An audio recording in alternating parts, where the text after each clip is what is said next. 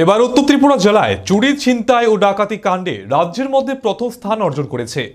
আর এর মধ্যে কদমতলা থানা এলাকায় জনগণ অত্যন্ত ভোগান্তির শিকার হচ্ছেন। প্রায় প্রতি রাতেই কদমতলা থানা এলাকায় চুরি ও ডাকাতির মতো ঘটনা সংঘটিত হচ্ছে, তাও আবার কখনো পুলিশ বা জওয়ানের ড্রেস পরে পুলিশের টহলদারিকে চ্যালেঞ্জ জানিয়ে এই ডাকাতি কাণ্ড সংঘটিত হচ্ছে।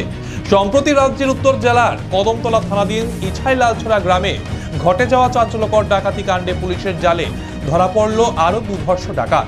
অভিযুক্তদের কাছ থেকে উদ্ধার হয়েছে ডাকাতির সময় ব্যবহৃত বিএসএফ জওয়ানের ইউনিফর্ম, মোবাইল ফোন, নগদ টাকা, ধারালো অস্ত্রশস্ত্র এবং চুরি যাওয়া অন্যান্য সামগ্রী। কদমতলা থানার ওসি জানায়, গত 26 জুলাই শনিবার রাতে ইছাইলালছড়ার বাসিন্দা সুব্রত কুমার বাড়িতে হানা দেয় 4 থেকে 5 জনের ডাকাত দল। তখন আগ্নেয়াস্ত্র ও ধারালো অস্ত্র দেখিয়ে পরিবারের দুজনকে বেঁধে রেখে বেধড়ক মারধর করে। এরপর নগদ অর্থ, স্বর্ণালংকার সহ এবং মোবাইল চুরি করে নিয়ে পালায় এই ডাকাতের দল।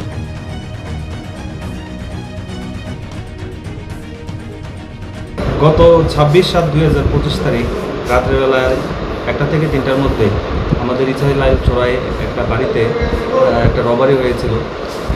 4-5 জন মানুষ তার বাড়িতে ঢুকে সুব্রত কামরেশ ওনার বাড়িতে ঢুকে কিছু স্বর্ণালংকার, কাপড় চোপড়, ওনার ক্যাশ টাকা, মিউজিক সিস্টেম এগুলি এবং মোবাইল ফোন এগুলি তারা নিয়ে যায় রবারি করে। তো পরবর্তী সময়ে আমরা একটা কেস রেজিস্টার করি, যা Kadamtala PS case number 41 number. তো যথারীতি আমরা একটা কেস নিয়ে তদন্ত শুরু করি।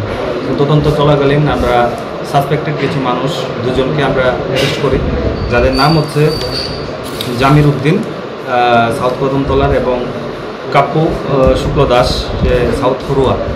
তাদের ইন্টারোগেশনের উপর ভিত্তি করে আমরা আরেকজন লোকের সন্ধান পাই যে খুবই সাসপেক্টেড এবং তার নাম হচ্ছে সেলিম উদ্দিন। আজকে তার বাড়িতে আমরা রেড করি এবং তার বাড়ির থেকে আমরা প্রচুর পরিমাণে যে রবারির সময় যে সমস্ত অস্ত্রপাতি ইউজ করা হয়েছিল সেগুলি আমরা সিজ করি। পাশাপাশি ক্যাশ আমরা 12,100 টাকার মতো আমরা রিকভারি করি। একটা মিউজিক সিস্টেম আমরা রিকভার করি, যেটা কুর্তি মাদ্রাসা থেকে কিছুদিন আগে চুরি হয়েছিল, এবং চুরি যাওয়া কিছু শাড়ি এবং বিএসএফের ড্রেস আমরা সিজ করি।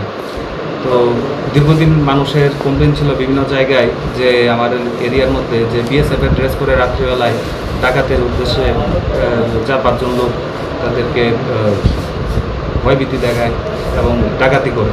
তো যথারীতি তার বাড়ি থেকে সেই বিএসএফের ড্রেসগুলি আমরা সিজ করি, তাকে আমরা কোর্টে ফরওয়ার্ড করবো এবং এই কেসের আমরা অ্যারেস্ট করবো। তার বাড়ি চুরাইবাড়ি থানার আন্ডারে খাদিমপাড়া। সে সেলিম উদ্দিন এবং তার সাথে আরও অ্যাসোসিয়েট আছে।